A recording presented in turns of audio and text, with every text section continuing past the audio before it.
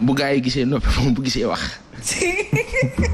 doon élève bu mën a tari rek. moom lu mu gis président Macky Sall wax loolu gaa yi sañ toog mu wax man leçon su da nga war a. leçon su maa wax loolu. alhamdulilah yàlla na yàlla yokk. amiin yaa rabbi maa ngi lay ziar. di leen habillé. merci beaucoup. Aminata Dramé comme d'habitude borom Sédhiou. heure bu ma la gisee rek. damay gis la verdure de la Casamance. macha allah mi ngi taw rek. mais je te dis. c'est beau ce que tu viens de dire. c'est l'un des plus beaux coins d'Afrique. loolu mooy sama image de marque. waaw loolu heure mu ko gisee rek daf may jox. merci loolu neex na ma trop. Roxaya taw ngi nii. borom lëri boo fi nekkoon ma takkal la ci couronne bi nag ndax mérité nga ko. mérité na ko gis nga élément bi mu fi indi. laurier. te bëri njëriñ. te yaa ngi wax ngeer ak kii. laurier. est-ce que xam nga ni sunu maam yi xamuñu woon jumbo. xamuñu ko moom laa fi doon wax. xamuñu woon sunu maam yi laurier lañ daan def. dafa neex maa ngi fàttaliku ma maama bopp. ab soosam. ñi sant Jaw ak yéen la. yow kay lekk soos ba maam daan def soosam. ab soosam. wute naa gi. waaw parce que yu bees yi dafa bari effet. loolu moom jigéen ñi nañ ko xam dafa bari effet. ñun jigéen ñi tey dafa mel dañoo bëgg lu yomb. mais boobu temps laurier bi. du ma ko fàtte mu laurier bi. te am na yeneen vertu kenn mënu wax leen. lii dama koy dagg def ko TikTok sekkee nii seen histoire maam yëpp laurier ak sos lañ ci xam. dama koy TikTok lii. en tout cas Papa Sène Seck ñu dalal la beneen yoon encore rek di bokk ak yow naqar ak tiis wàccum liggéeyu ki nga xamante ni moom moo di professeur Baye Ndiaga ñu bàyyi la rek nga jaale. waaw ñu ngi ka non ñu bàyyi la nga jaale. ñu ngi jaale bu baax suñu kilifa boobu fi jógee je pense que li ci libaas wax leeral na lépp képp kuy murit ñu ngi la koy jaale. di ko jaale umma islamique yëpp. tout à fait di ko jaale jabootam tam. mais bu ñu waxee Baye Ndiaga parce que fan yi yàlla nag mooy xam lu muy def. fan yi affaire yi tar na mais yàgg naa tar dafa gën a fës wala boog dafa dal ci ñoo xam ne dañ leen a xam. bu ñu waxee Baye Ndiaga MD mën nañu woon tamit professeur neurologue Pierre Ndiaye. Ibrahima Pierre Ndiaye kooku moom kilifa la boo xamante ni corps. médecins yi dañ leen koy jaale bu baax. parce que xam naa ni tey moom képp kuy médecin Sénégal. am nga métti bu toll ni àdduna moo doon neurologue bi nekk Fann. ñu ràññee démb rek sama benn xarit baax mu ma naan Mauritanie. boo leen laajee neurologue ki ñu xam ki ñu gëm mooy professeur Ibrahima Pierre Ndiaye. nekk kilifa bu mag ci wàllu médecine moo fi bàyyeekoo démb. ñu wax ñu ne daal lu métti médecin yi nag def nañ ci lu ñu mën wante yàlla moom. bu yàlla mooy rey kenn mënu si. saa da ngay entre hôpital médecin ba doon topp far faatu bala fa. nga wér génn romb ko yàllaay rey. wallaay yàlla mooy donc mu ngi noonu. ñu di masaw ñu ngi masaw ñëpp. seen àdduna nag moo ni tëddee. nangu rek te dellu ci istifaar. dëgg la waaye. ñu ngi nit yëfi nit la ñuy def sànq dégg naa la nga naan ci tabaski bi. bi la Amina naan d'accordul. bi ngay waxi ci ñu jàng alxuraan. tu as parfaitement raison. jamono jee ko laaj. mais nit mënut a def lu weesu nit. yàlla moo def nii nit. lu ñuy def yëpp. manquement yi yëpp nit la. après lépp yàlla ñu sàkkee nii. mais yàlla moo bëgg ñu koy jaamu. dëgg la donc da ngeen ma tooñ léegi da ngeen di tuub. jéggalu ma waxtu tuuba jot istifaar yi bëri ci dëkk bi waxtu tuuba jot sax nag tuub dafa jot donc faw ñu dellu gannaaw tuuti te aussi Sénégal dañu toll foo xamante ni dañu bàyyi dundantu bi xam nga dundantu def semblant non da ngay wax ak nit sax léegi-léegi nga ne julli sax ku nekk ak sa julli ku nekk ak sa borom yow ak sa borom la mais léegi-léegi nga dugg ci waxtaan boobu sax da ngay déranger asma waxtaanu julli moom boo si duggee julli yàlla kii da tu déranges les gens veulent que ce soit personnel ambiant c'est bien beau mais am na ko fi nekk moom mooy fàtte te bu fàttee day laaj ay compte yàlla na yàlla fekk bu ñuy rob mu fekk ñu ci lu neex borom voilà mu rafet quoi donc vraiment di ñaanal ñi fi jóge di masawu seen jaboot on pense à sunu papa Baye Ndiaga on pense à Pierre Ndiaye Ibrahima jarut tiit borom bi noppi na borom bi noppi na jarut tiit sax yëpp yàlla la sant borom bi gërëm ko dolli ñaan xam nga paasan tiit baax xam nga parfois dañ baax tiit baax kii da doon waaraate waay sama kii mbay waay. bilaay ñëpp a tiit ñëpp a jaxasoo. kii mbay waay man sama bopp bi dem na waay. ñëpp a jaxasoo. dama la ni tiit dafa baax daf lay dee fàttali sa borom. day waarate kan waay kii mbay. ñu bàyyi tur bi ñu woy na. day waarate bu mu yàgg. benn corbillard romb ko. ñu yóbbu ay néew mu ne mbooloo bi damay noppi. ndax lii ku mu mënul waar xaw ma lan moo lay waar. dëgg la wallaay. ku dee mënta waar. lan moo lay waar. te nag njëriñ nekk ni mu xëy dem bala. wallaay. nga naan yàlla amul. non de waaratul kenn parce que ñii dañuy dem ci ay décès di jëw. ay wallaay dëgg la. dem ci ay décès di jëw. ay yoo waxu jàmbur. man de sax boo tiitoon sax jour boobu nga war a mën a noppi ñaanal néew. maam Cheikh Mbaye. Aminata man de bu tàngee jër sax roxee ma ñaq xalaat safara. ak ñetti fanu bàmmeel. damay delluwaat ni ay waay yàlla baal ma. foofu la lay baale. damay tuub. foofu la lay baale ci sama biir xol. foofu la lay baale dañu war a ragalaat yàlla bu baax a baax. ma yaat li passé Seck wax dafa am solo mooy ay nit lañu. jëfi nit la ñuy def. waaw mun na wax ba nekk doomu aadama. waaye lan da nga war a def mooy balaa ngaa tëdd boo jaaxaane si lal nga xool sa plafond. nga jaaxaan xool sa plafond purifie-toi.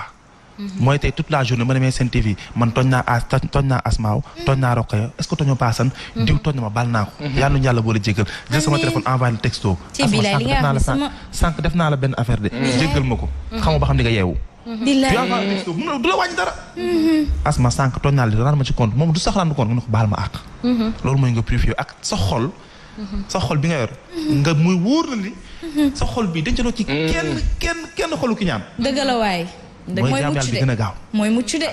dalay tey te dalay lor ñaar yi rek boo ko xoolee war a xam ne yàlla am na. war a ragal muy asamaan ak géej. bilaay boo ko xoolee rek war a mën a ragal. mi ngi noonu Papa Sène Seck dañ koy dalal ci suñu actualité du jour bu ko defee ñu waxtaanee lu lëmbee réew mi waaye bàyyee ko ci l'information gis ngeen de man yàlla moom fu ko neex fëloo waaye yàlla na yàlla jéggal ñu dalal Papa Sène Seck ngir wéyal.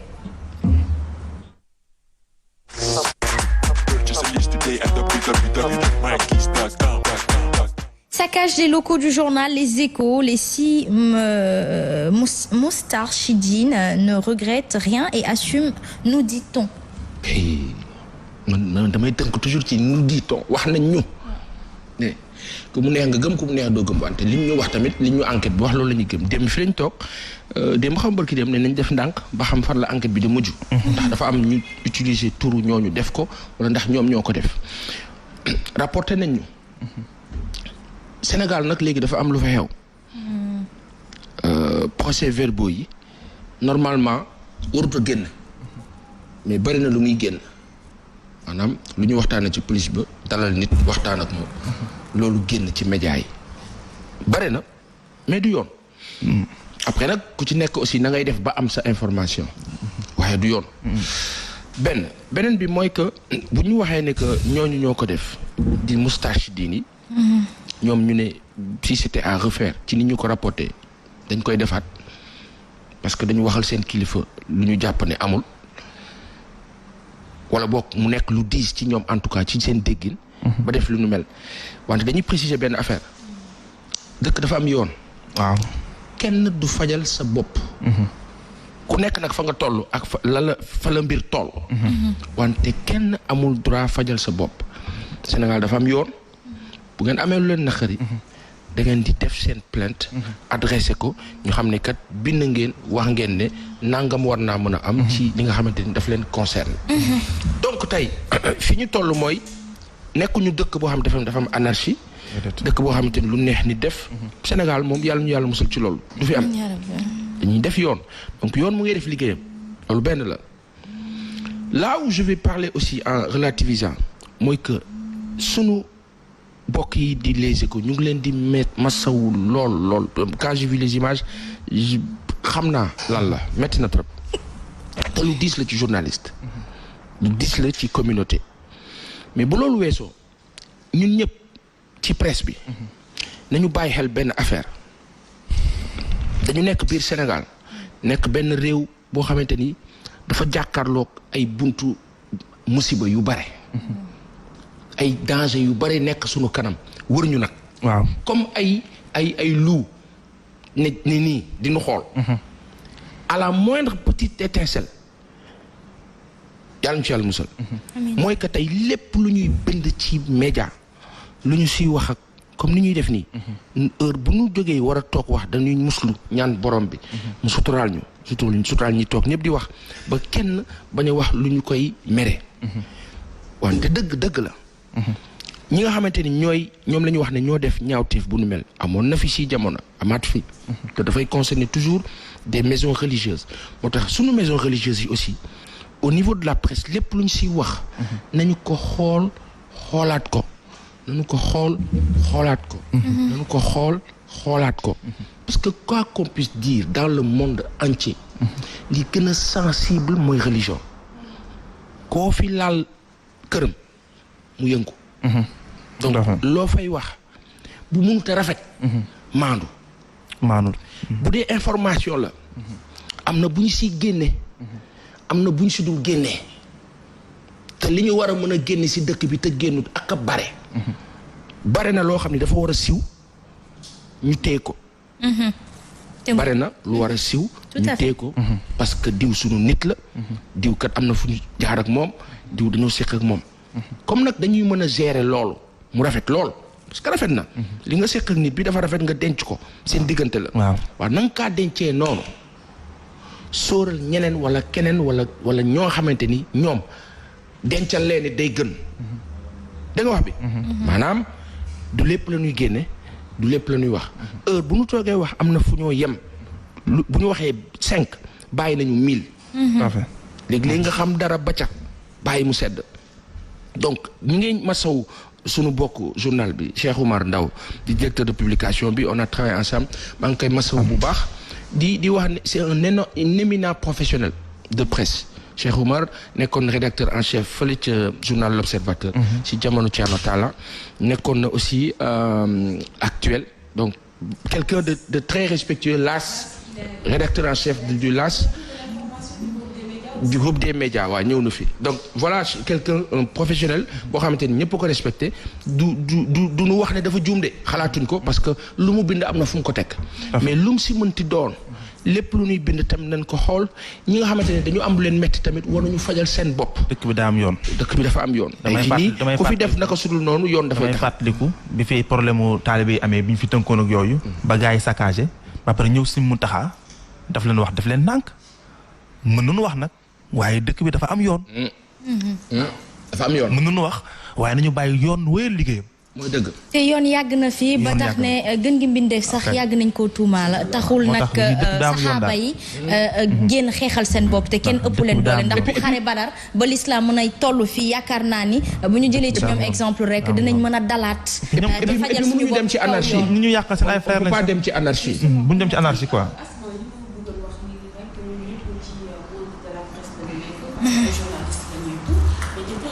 Temps, on a remarqué que la presse privée dañuy nekk ay victimes dañ leen di saccager parce que ñu ngi fàttaliku fii avec ce qui s'est passé ak nu mu tuddee ci fële LAS ak 24 heures chrono dégg nga donc agression yi am na fi Walfadjri am na ay ndaw yoo xamante ni El Hadj Ndiaye mun naa ko fi tudd sax fële demee sax ba ñàkk kattanam donc ce qu'on peut dire journaliste ak presse dañ leen wax a may cër paasan dañ leen wax a may cër parce que dañuy liggéey dañuy informer dañuy wax ni que informer juste et vrai fii ku fi wax loo xamante ni amul mais yow na ngi nii nga porté ko plainte mais mënuñu faj dara ak violence mënuñu faj dara ak yàq matériel nit ñi nañu waxante dëgg tooñ la sax nag nañu waxante dëgg tey aujourd'hui Asma excusez-moi un peu rek baal ma excuse-moi tey aujourd'hui lu gën a sensible je pense que tous les Sénégalais le savent mooy nga dugg ci religion nit ki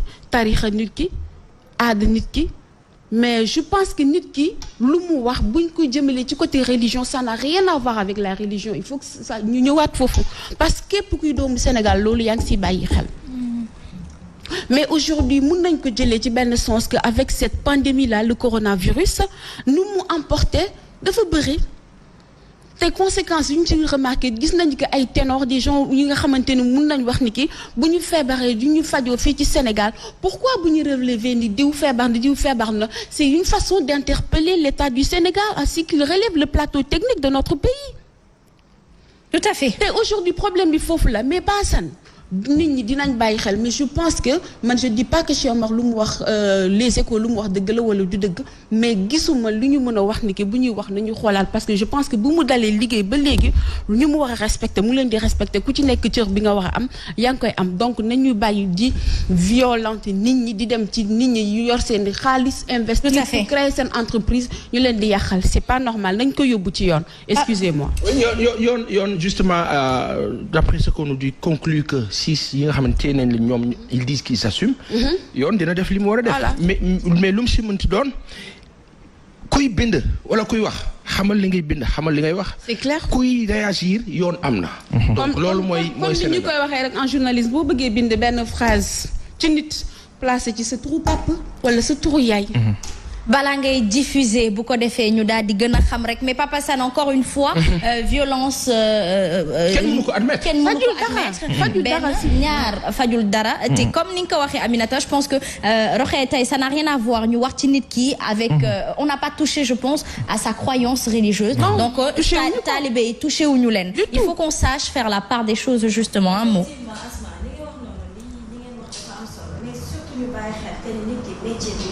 muy journaliste bi nekk ci presse bi en général ñoom seen rôle mooy ñu joxe information juste et vrai comme li Aminata Dramé wax mais bu fekkente ni c'est vrai que am na point yoo xamante ne dafa sensible mais loolu est-ce que nekkul di yàq aussi métier bi d'une part pas Assane parce que bu fekkente ne da nga war a am sa vérité boo xamante ne da nga ko war a jàllale vérité boo xamante ne c'est avéré nga war ko jàllale pour askan bi mën a xam mën a repérer wu mais léegi da ngay am limite ba benn instant da ngay nëbb bi nga xamante benn part de vérité bi nga xam ne moom moo am ci information bi mais est-ce que information boobu aussi dina fiable mën naa ko tontu ko kay. je peux. oui bien sûr. tu peux toujours toi. ta question est pertinente wax dëgg yàlla li fi ma bëgg a wax la information la définition classique juste et vrai. loolu tubaab moo ñu ko jàngal la définition classique. mais tubaab dafa fàtte ni moom li mu ñu jàngal c'est selon son environnement selon ses réalités. ñun dañu am environnement dañu am réalité juste et vrai point virgule mais utile. am na looy génne dafa am njëriñ lool pour askan bi génne ko am na looy làq dafa am njëriñ lool pour askan bi làq wante si fële sa Europe toutes les célébrités ku si dara dal dañu kaa wax si kaw c'est accepté fii Sénégal bari na ñu fi dara dal ñu nangu ko ñu tudd leen ñëpp dégg amul jafe-jafe dañuy génn sax des vidéos ñenn ñi seen famille yi lànk parce que foofu la état Sénégal échoué dans sa phase de communication mooy nit ñi nanguwuñu nit dina palu ñu ne diw dafa palu ñëpp nangu ko lu tax mu palu du problème et pourtant coronavirus dafa xaw a jege palu grippe bu forte la. grippe la rek. mais nan ñu ko présenté nan ñu ko exposé def na ba stigmatisation am. ku ne dal na la nit ñi daw la. démb gis naa vidéo bu ñuy wax ne Bamba Fall wér na dellu na këram ma gis waa kër gi ñëpp kontaan lu ñu war a wane la baax na est-ce que bu ñu ko waxee avant ne dafa tawat ñu ñaanal ko gënul si. am na ñu ko nangu. ñi nga xamante ni nanguwuñ ko ñun Sénégal xam nañ leen kii journaliste la xam na. loo xamante ne bu ma ko waxee mu laal. ak loo xam ne bu ma ko waxee du laal. il s'agit pas de religion. mais il s'agit de maisons religieuses. tout à fait yi nga xamante ni dans le mode de fonctionnement socioculturel. dafa am lu ñu gëm ak lu ñuy dundee. fanatisme nag du yoon. léegi nit ba egg benn niveau boo xam ne dafay jéggi dayo da nga wax bi. bu fekkee ni que dafa sensible à un certain niveau bàyyil mu sedd. pour yow sensibilité bi lan la ci wax ni kii parce que yow tam il faut nga xelal ñu ci loolu yow mag nga xëy na fi nga gisee ñun gisewuñu foofu parce que kilifa yàgg na fee feebar ba ñu yóbbu ko à l'étranger ñu wax ko diw de feebar na am ñu nga xamante ni wàcc nañu liggéey ba ñu indi seen koor indi ko fii Sénégal te parce que dañoo feebaroon léegi sensibilité bi c'est quoi ci situation sensibilité mooy le sens d'appréhension pour mieux jauger et comprendre que ensuite apprécier que telle personne su ma ko laalee fii da kaa yëg. mooy sensibilité loolu parce que sensibilité. c'est juste du bon sens. sensibilité mooy xam ne fii moo ko ñun ñëpp. xam nga lu ñu war a wax tey jii ci lu ñu war a concentré wu. nañ ñu bàyyi violence bi parce que lii dafay yàgg. te da ngay xool les associations de défense des journalistes dañuy ñëw décrier la société civile décrier dénoncer lii kiiw ministère de la culture de la communication wax dénoncer c'est pas la solution. nañu wax ni que nit luñ la laal bon aujourd'hui Amina on peut il y a une chose qu'il faut comprendre c'est-à-dire que kenn du mës a soutenir wala ànd si ñi nga xamante ni def nañ ko moo tax nag ci loolu la ñu war a wax non on est en train de diagnostiquer kenn du mës a li gars yi naan wax ak dégg wax ak dégg kenn du mës a ànd te ku ko def yoon dala war a teg si yoon ak ku mënti doon loolu mooy dëgg benn te journaliste yi tamit baal ma dogguma la ku bëgg a may sa bopp crédibilité na nga wax lu am parce que mënoo nekk journaliste tamit ngay wax lu amul loolu tamit boo décrédibiliser sa bopp yow yaa koy yëg. tu as tout dit mais je pense que. merci beaucoup fi ñuy waxee nit ñi dégg nañ que li am solo mooy kenn warut a fajal sa bopp. leneen li tamit mooy lépp lu ñuy wax ak lu ñuy bind nañ koy seet. na mu gën a rafete et Sénégal il faut ñu comprendre encore une fois de plus la façon dont la presse ou les informations sont diffusées ailleurs ne doivent pas être ak les mêmes filles. Sénégal bëri na déggoo ma ne la bëri na lu nu fii war a mën a wax nit yi te waxuñu leen ko. parce que dañu kaa nëbbal ñenn ñi. dañu leen di suturaal. kon ñeneen ñi dañ leen bàyyi xel ba baax. parfait waxuñu nag ku tooñu. mais na mu gën a rafetee rek. parce que voilà. parfait ce fut très important terrorisme la ñuy waxtaanee le major général Dagvin Anderson chef du commandement des opérations spéciales des États-Unis en Afrique nous dit que le Sénégal est sous la menace du terrorisme. waaw fàttewoon nañu wax boobu de ñun tamit. kooku américain la Dagvin commandant dafa doon waxtaan ci visioconférence di expliquer ni Sénégal dafa nekk sous la menace terroriste. bi nga xamante ni mu ngi jógee vers le Mali vers l'est di ñëw loolu bu ko américains yi waxee ci jamono bi lu mat a sóor la lu mat a bàyyi xel la Sénégal nag ñun terrorisme bi ñu ngi kaa dund depuis ci wàllu dégg depuis 2012 ñu ngi koy dégg ça rentre un peu dans une logique parce que en 2011 la ñu boom kii di Mohamed El Khadafi xasma yàlla Kadhafi ñu ngi ko boom en 2011. ñu wax ñu ne ci ñenn si ñuy def ay gëstu ne ñu xamal nañu ne Kadhafi bi muy dem